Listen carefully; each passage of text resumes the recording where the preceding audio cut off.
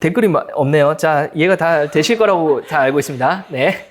자, 부담부 증여입니다. 다음에 다주택자의 절세 방안 중에 하나인데, 부담부 증여가 뭐냐면 부채를 부담하는 조건으로 증여를 하는 겁니다. 원래는 내 부채인데 요거를 증여받는 사람이 부채를 부담하는 조건으로 증여를 한다고 해서 부담부 증여고요. 그랬을 때 증여하는 사람 입장에서는 내 부채를 이 사람이 떠안기 때문에 거기에 대한 양도세를 내야 되고, 증여받는 사람 입장에서는 증여세를 내야 됩니다. 그랬을 때 이게 왜 절세가 가능하냐라고 하면, 예를 들어 내가 아들한테 주택을 증여를 하는데 기준 시가가 8억 원인데 임대보증금이 6억 원이에요. 이때 케이스 1, 2로 나누어서 임대보증금을 내가 갚고 증여하는 방법이랑 부동산 전체를 이제 아들한테 증여를 한 다음에 임대보증금을 아들이 대신 갚는 방법으로 나눌 수 있는데, 임대보증금을 내가 갚고 증여하는 방법이라고 했을 때는 이제 아들에 대해서는 8억 원에 대한 증여세가 나오고, 아들이 임대보증금까지 갚는다고 하면 내 증여하는 입장에서는 6억에 대한 양도세를 내야 되고, 나의 없어진 부채죠. 임대보증금은 내가 갚아줘야 되는 돈인데 요 돈을 이제 아들이 갚아주기 때문에 요건 나에 대한 양도세가 나오고, 아들은 이 8억 원에서 내가 나중에 갚아줘야 될 6억 원을 뺀 2억에 대한 증여세를 냅니다. 이때 그랬을 때 왜 절세 효과가 나냐면, 케이스 1 같은 경우에는 8억에 대한 증여세를 내기 때문에 증여세 자체는 이 과세 표준에 따라서 증여세율이 달라지기 때문에 요 8억에 대한 증여세를 내는 것보다는 6억에 대한 양도세, 2억에 대한 증여세로 이제 과표를 분산해서 세율을 적용받는 게 더 유리하기 때문에 일반적으로 부담부 증여가 유리하다고 이야기를 드린 거고요. 그랬을 때 제가 뭐 기사 하나를 잠시 소개를 드리면, 요거는 또 제가 실명을 거론할 수 없기 때문에 국회의원 이야기인데 제가 이제 가명을 좀 했습니다. 일단은 네, 의원들 이야기입니다. 케이스인데 뉴스 기사에 나온 내용인데, 요게 심지어는 어떻게 하냐라는 건데, 자, 보시면 A씨의 아들이 대전 서구 아파트를 증여받은 후에 이 증여받은 집의 월세를 A로부터 받고 있다는 거예요. 그래서 내가 아들한테 부담부 증여로 집을 넘긴 다음에 내가 여기서 월세를 이제 아들한테 준다는 거죠. 이게 이제 자산가들이 많이 하는 부담부 증여의 한 형태인데, 결국 보증금을 껴서 증여세도 절세를 하면서 내가 이제 살면서 아들한테 월세를 주기 때문에 아들에 대한 소득도 마련할 수 있는, 하지만 요게 이제 과세는 할 수 없이 절묘하게 피해가는, 이게 부담부 증여 플러스 아들한테 이제 소득까지 주는 요 형태인데, 요게 기사가 나와서 잠시 이제 좀 소개를 드리려고 했습니다. 그 단순하게 이제 아파트를 증여를 했을 때랑 부담부 증여를 했을 때 세부담 효과인데, 아까 전에 설명드렸듯이 요건 뭐 숫자로 보시면 뭐 단순 증여보다 부담부 증여 했을 때 뭐 1억 2,900만큼 더 이제 부담부 증여가 유리하다, 요 내용이고, 그랬을 때 부담부 증여는 언제 해야 되냐, 요걸 또 생각해 보실 수 있습니다. 자, 부담부 증여 같은 경우는 부동산 보유기간에 양도 차익이 작다면 부담부 증여를 이용하라, 이건데, 제가 아까 말씀드렸듯이 부담부 증여는 부동산에 대해서 증여하는 사람이 양도세를 내는데, 그 양도세가 만약에 중과가 된다면 부담스러울 수 있잖아요. 그렇기 때문에 이 양도 차익이 작을 때, 그때 이제 부담부 증여를 활용할 수도 있고, 부동산 가치가 향후 상승한다고 생각을 하면 미리 사전에 부담부 증여를 해서 세금을 좀 작게 내라, 요 말이고요. 근데 이제 부담부 증여할 때 주의할 사항이 있습니다. 첫 번째로, 부담부 증여 시 부채는 증여받는 사람이 갚아야 한다, 이건데, 부담부 증여를 하더라도 부모가 대신 이제 그 부채를 갚는 경우가 있어요. 그래서 자녀가 대출금을 갚지 않고 부모가 대신 갚는 경우가 있는데, 국세청 같은 경우에는 납세자가 증여세 신고를 하면 요 내역, 그 채무 내역을 전부 다 이제 알 수가 있어요. 그래서 채무 만기가 됐을 때 국세청이 자동적으로 요 돈을 누가 갚느냐, 요걸 좀 중점적으로 보기 때문에, 이 증여 받은 사람이 소득이나 재산이 없다면 국세청이 요거에 대해서 세무조사가 나올 수 있기 때문에 반드시 부채는 이제 증여받는 사람이 갚아야 된다, 요 내용이고, 그랬을 때 이제 국세청이 어떻게 지금 세무조사를 했는지 요 내용을 국세청 보도자료를 통해서 잠시 보시면, 자녀에게 상가 건물을 증여하면서 임대보증금 채무를 아들이 이제 승계를 하기로 했다. 그래서 부담부 증여에 대해서 증여세는 신고를 했는데, 이제 내가 이제 양도세 신고를 누락해서 요 부분에 대해서 양도세를 추징했다, 라는 내용이고, 12월 23일 국세청 보도자료 잠시 보시면, 아파트의 채무 및 이자를 부친이 대신 변제할 증여세 탄루, 이 내용인데, 부담부 증여를 아들한테 했는데 부채를 사후 관리하는 과정에서 아버지가 근저당 채무 및 이자를 대신 변제를 했다는 사실이 확인돼서 아들한테 증여세를 추가로 추징했다라는 요 내용이라서 반드시 부채는 증여받는 사람이 갚아라. 국세청은 다 모르는 게 아니다, 라는 거고요. 자, 그랬을 때 부담부 증여 시 주의사항은 두 번째입니다. 부담부 증여 시 부채는 모든 부채가 가능한 게 아니다, 된다라는 건데 부채를 범위 보시면 첫 번째로 증여 재산에 담보된 채무, 예를 들면 부동산 담보대출, 두 번째로 증여 대산에 대한 임대보증금, 요 두 개만 부채 범위에 해당되고 일반 채무라고 해서 사업자 신용대출로 증여를 한 부분에 대해서는 증여 재산에서 뺄 수가 없습니다. 그리고 마지막으로 부담부 증여가 무조건 유리한 건 아니다. 아까 제가 말씀드렸듯이 증여자 입장에서는 양도세를 내야 되기 때문에 양도세가 중과되는 경우에는 한번 어느 쪽이 유리한지를 한번 따져볼 필요가 있다 라는 걸 말씀을 드린 겁니다. 자, 다음으로 부부간 증여인데요. 자, 부부간 증여 입장에서는 부부간 증여 6억까지 증여 재산 공제가 가능합니다. 그래서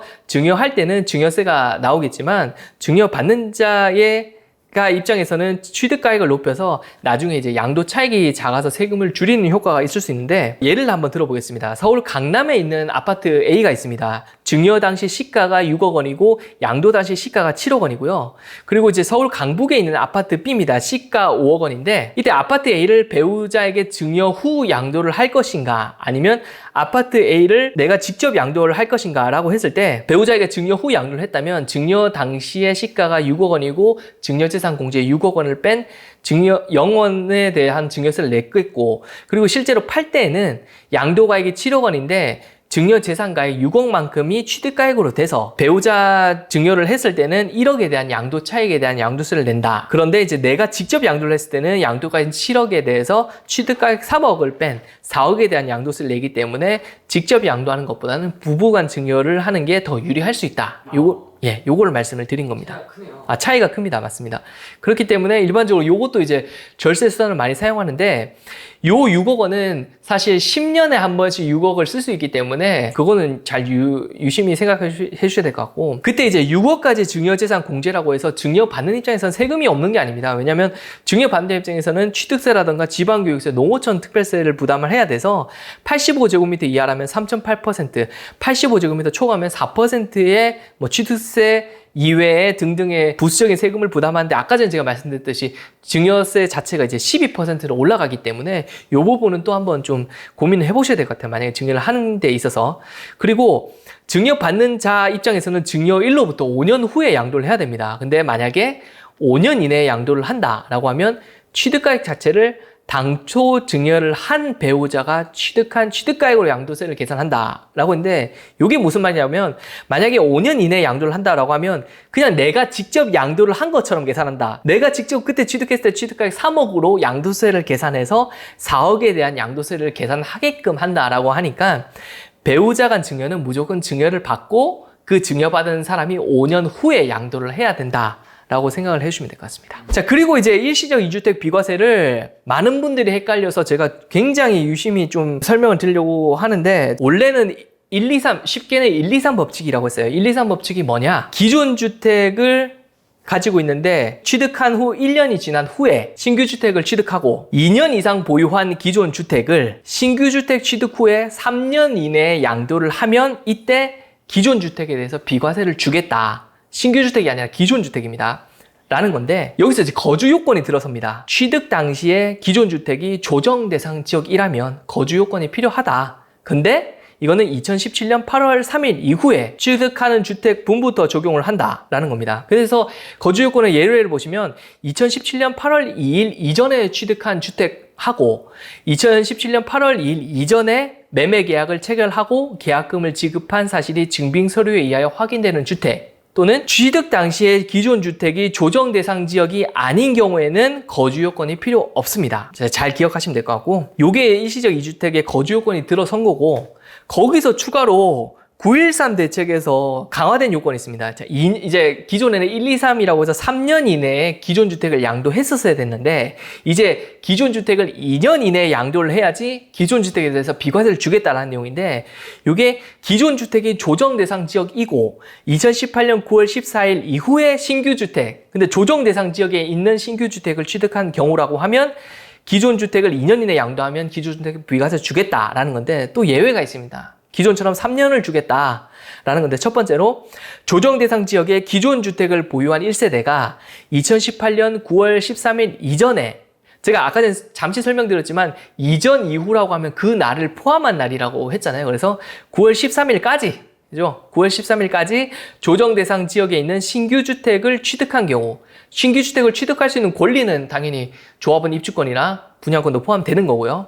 그리고 조정 대상 지역에 기존 주택을 보유한 1세대가 2018년 9월 13일 이전에 조정 대상 지역에 있는 신규 주택을 취득하기 위하여 매매 계약을 체결하고 계약금을 지급한 사실이 증명서류에 의하여 확인된다면 2년 이내에 양도와도 불구하고 3년 이내로 기존대로 해주겠다라는 건데요. 자, 그랬을 때 이제 퀴즈가 하나 나갑니다. 퀴즈. 자, 요거 맞추시면 아, 나 1세대 2주택 지금까지 이해했답니다. 주택 A, 서울이고요.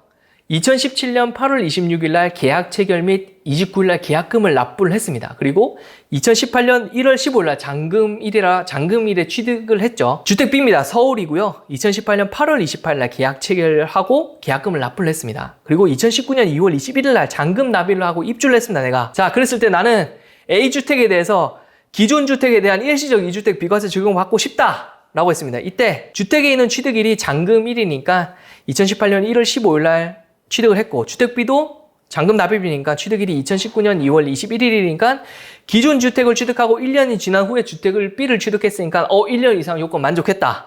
다음에 이제 신규 주택. 아까 전에 저희가 설명했을 때 2018년 9월 14일 이후에 취득한 주택은 뭐라고 했습니까? 기존 주택을 2018년 9월 14일 이후에 조정 대상 지역에 있는 신규 주택. 서울은 조정 대상 지역이죠. 그때 취득했을 때는 2년 이내에 기존 주택을 양도를 해야지만 비과세를 적용받겠다. 그러면 주택 A를 2년 이내에 양도를 해야지 비과세를 적용받을 게 맞을까요? 아니면 3년 이내에 양도를 하는 게 맞을까요? 정답을 알려주십시오. 혹시 아시는 분? 많은 분들 잘 알고 계시네요. 정답은 3년입니다. 3년. 왜냐하면 아까 전에 말씀드렸듯이 2018년 9월 14일 이후에 취득했더라도 예외 조건 3년이 2010 조정 대상 지역의 기존 주택을 보유한 1세대가 2018년 9월 13일 이전에 신규 주택을 취득하기 위해 매매 계약을 체결하고 계약금 지급했다면 종전 3년을 적용한다. 그래서 이 문제에서 주택 B는 2018년 8월 28일 날 계약을 체결하고 계약금을 납부를 했기 때문에 종전에 3년을 적용을 받는다. 라고 생각하시면 되겠습니다. 자, 2019년 12월 16일에 부동산 대출이 또 터졌습니다. 아, 일시적 2주택 요건 더 강화됐어. 이제는 신규 주택을 취득하고 1년 이내에 이 주택으로 전입을 해야 돼요. 전입을 하고 신규 주택 취득하고 1년 이내에 기존 주택을 양도해야만 기존 주택에 대한 비과세를 준다. 요 내용인데 또 요기에 대한 부칙이 있습니다. 요거는 12월 17일부터 새로 취득하는 주택부터 적용을 하도록 하고 또 예외 조건이 있습니다. 조정 대상 지역의 종전을 주택을 보유한 1세대가 12, 16 이전에 조정 대상 지역에 있는 신규 주택을 취득한 경우나 12, 16 이전에 조정 대상 지역에 있는 신규 주택을 취득하기 위한 매매 계약을 체결하고 계약금을 지급한 사실이 증명서류에 확인된다면 종전대로 2년을 적용한다. 요 내용이라고 생각하시면 되겠고요. 자, 그랬을 때, 요 내용들을 정리한 게 이거예요. 기존 주택이 조정 대상 지역인데, 조정 대상 지역에 있는 신규 주택을 취득할 때, 2018년 9월 13일 이전에 신규 주택을 취득하면 3년, 2018년 9월 14일부터 2019년 12월 16일까지 신규 주택을 취득하면 2년 이내에 기존 주택을 양도하면 비과세 받고 2019년 12월 17일 이후 신규 주택을 취득하는 부분에 대해서는 신규 주택에 1년 이내에 전입하고 1년 이내에 기존 주택을 양도를 하면 비과세 요건을 받을 수 있고 그 이외 주택은 3년을 적용받는다.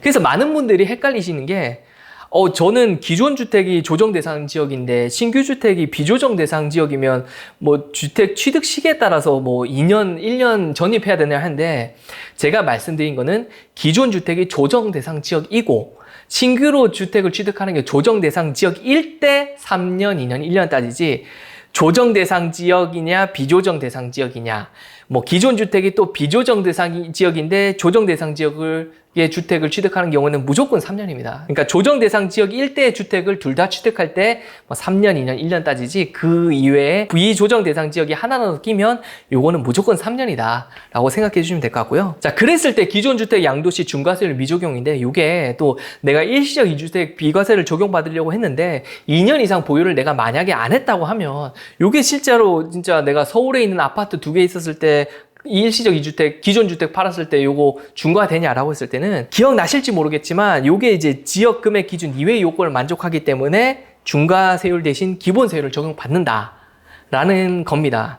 워낙 이제 앞에 있어서 내용이 잘 기억이 안 나시겠지만 아무튼 기존 주택 자체는 중과세를 적용 안 받고 기본세를 적용받을 수 있으니까 이 부분도 한번 챙겨보시면 될 것 같고. 자, 오피스텔 내용을 좀 제가 설명을 드리려고 하는데, 세법은 오피스텔 자체가 공부상 주택은 아니지만 실제로 세법은 실질과세이기 때문에 어떻게 사용하는지에 따라서 이제 주택으로 판단을 합니다. 그래서 실제로 내가 공부상의 일반 업무 시설이지만 이거를 내가 실제로 주거용으로 사용한다라고 하면 세법에서는 주택으로 판단을 하는 거고요. 그랬을 때 법원 및 조세심판원의 판단은 어떻게 하냐면 아래에 1번, 2번, 3번 임에도 불구하고 실제 주거용이라고 하면 주택으로 판단합니다. 자, 이게 뭐냐면 실제 사례입니다. 보시면 내가 이제 오피스에 대해서 부가세 과세 사업자라고 해서 사업자 등록하고 부가세 신고했어요. 임대차 계약서의 특약사항의 쟁점 오피스텔 자체를 업무용으로 우리는 업무용입니다. 전입신고 불가하다는 내용 넣었습니다. 구청에서 재산세 자체 매길 때 주택이 아니라 건축물로 부과해서 건축물로 재산세 부과했어요. 이렇게 하더라도 법원이나 심판원에서는 요 오피스텔 실제로 살고 있지 않냐라고 하면 무조건 주택으로 보니까 이 1번, 2번, 3번임에도 불구하고 세법은 실질과세다 라고 생각하시면 될 것 같습니다. 이렇게 주택으로 판단을 하면 또 이제 내 주택수에 포함돼야 되기 때문에 이런 식으로 과세가 굉장히 많이 당했어요. 오피스텔이 주택이 아닌 것처럼 양도세를 신고했다가 나중에 내 오피스텔이 실질적으로 주거용이라고 해서 판 주택에 대해서 1세대 1주택 비과세를 못 받은 사례가 많으니까 이 부분은 잘 한번 챙겨보시면 될 것 같고, 그랬을 때 주택이 만약에 일시적으로 주거가 아닌 용도로 사용할 수 있잖아요. 대법원 판례 잠시 보시면 주택이 일시적으로 주거가 아닌 다른 용도로 사용되고 있다 하더라도 그 구조 기능이나 시설 등이 본래 주거용으로서 주거용에 적합한 상태에 있고 주거 기능이 그대로 유지 관리되고 있어 언제든지 본인이나 제3자가 주택으로 사용할 수 있는 건물의 경우에는 주택으로 판단을 하고 있고요. 그리고 혹시라도 이제 고응실로 보유한 오피스의 경우라면 내부 시설이나 구조 등이 주거용으로 사용할 수 있도록 변경하지 않고 업무용으로 이제 사용 승인 형태 유지하고 있으면 요건 주택이 아니고, 그런데 언제든지 항상 주거용으로 사용할 수 있도록 이제 됐으면 이건 주택이다 라고 생각하시면 될 것 같고, 내년에 이제 시행되는 부분인데 이 부분도 굉장히 많은 분들이 궁금할 것 같아요. 궁금하고 많이 질문을 해요, 실제로. 자, 뭐냐? 자, 이 부분 유심히 보십시오. 내가 1세대 1주택이라고 하면 원칙적으로는 원래 비과세 받으려면 보유기간 2년만 따지면 됩니다. 근데 이 보유기간 2년이 바뀌어요. 다주택자 같은 경우에는. 다주택자 같은 경우는 다른 주택을 모두 팔고 최종적으로 한 주택만 남았을 때부터 이제 보유기간을 따집니다. 다만 일시적 2주택 같은 경우 예외적인 사항은 제외한다라고 되어 있고요.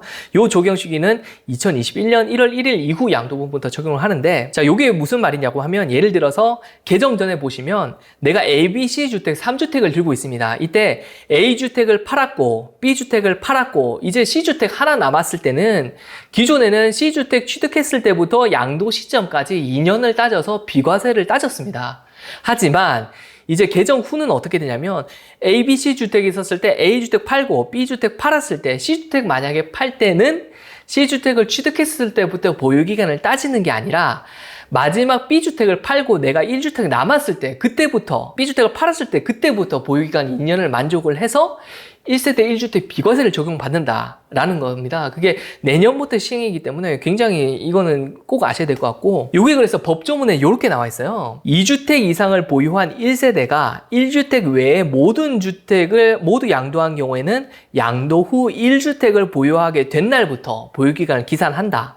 괄호 열고 보시면 이게 예외사항인데, 일시적으로 2주택에 해당하는 경우 해당 2주택은 제외하되 2주택 이상을 보유한 1세대가 1주택 외의 주택을 모두 양도한 후 신규 주택을 취득하여 일시적 2주택이 된 경우는 제외하지 않는다라고 했는데, 무슨 말인지 모르니까 뒤에서 설명을 또 드릴게요. 케이스 1입니다.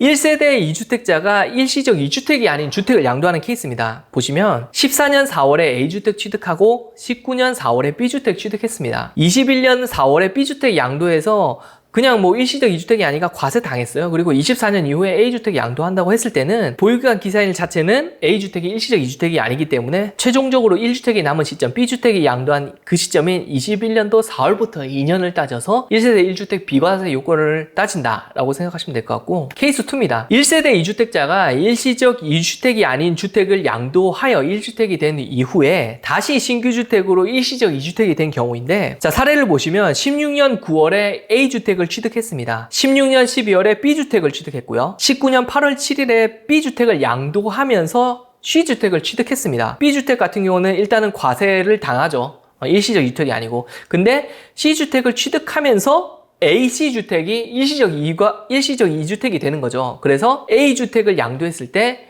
요게 일시적 2주택 요건을 만족했다면 어떻게 되냐라고 했을 때는 이 보유기간 기산일을 원칙적으로 제가 일시적 2주택은 예외적으로 그러면 16년 9월부터 보유기간을 따져야 되지 않냐라고 했는데 이 보유기간 기산일은 B주택 양도일 19년 8월 7일입니다. 왜냐? 얘가 일시적 2주택자였는데 요걸 하나 팔고 1주택자가 된 이후에 다시 신규 주택을 취득해서 일시적 2주택이 된 경우에는 예외적으로 일시적 2주택이라고 해석하지 않습니다. 요게 앞에 나왔던 요 내용입니다. 보시면 2주택 이상을 보유한 1세대가 1주택 외의 주택을 모두 양도한 후에 아까 말씀드렸던 그 주택이죠. 그 주택인데 신규 주택 C를 취득해서 일시적 2주택이 된 경우는 제외하지 않는다는 말이 보유기간은 마지막으로 주택 팔았을 때 그때 19년 8월 7일 날부터 기산을 한다. 요 내용이고요. 케이스 3입니다.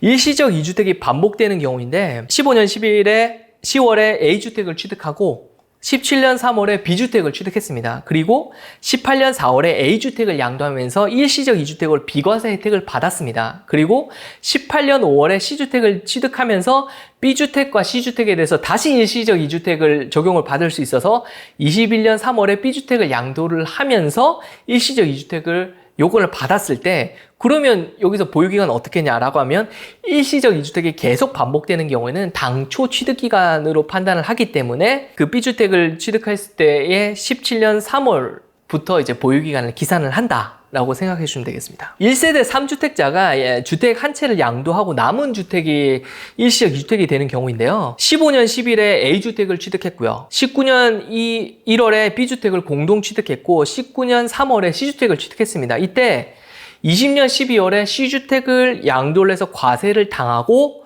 남은 AB주택이 일시적 2주택의 요건을 만족해서 21년 이후에 A주택을 양도했을 때의 이야기인데 그때의 보유기간 기산일은 A주택 취득일인 15년 10일부터 기산을 합니다. 왜냐? A주택 자체는 신규로 다른 주택 다 팔고 신규로 취득해서 일시적 2주택이 되는 게 아니라서 아까 제가 법조문 말씀드렸는데 기억나실지 모르겠지만 여러 주택 들고 있다가 그거를 다 팔고 신규로 취득해서 일시적 2주택이 되면 그거는 이제 예외사항에 해당되는 일시적 2주택이 아니기 때문에 마지막 주택 그 팔았을 때 그 시점부터 이제 보유기간 기산하는데 요거는 이제 가지고 있던 주택을 팔아서 일시적 2주택이 됐기 때문에 당초 주택을 취득한 그 시점부터 보유기간을 기산한다라고 생각해 주시면 될 것 같습니다.